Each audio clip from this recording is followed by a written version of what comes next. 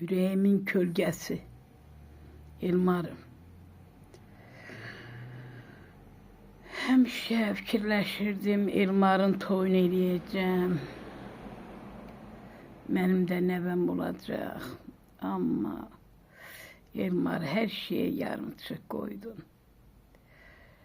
Məni balam çiyinlərində aparacaqydın. Dəfn eləyəcəydin. Son mənzilə yola salacaqydın. Amma olmadı. Analarım olmadı. Allah'ım, dünyanın dört bir tərəfində əzab, əziyyət, zülüm, işgəncə görən bütün bacı qardaşlarımıza yardım et. Ey gözən görünməz, hər şey sənin üzərindədir.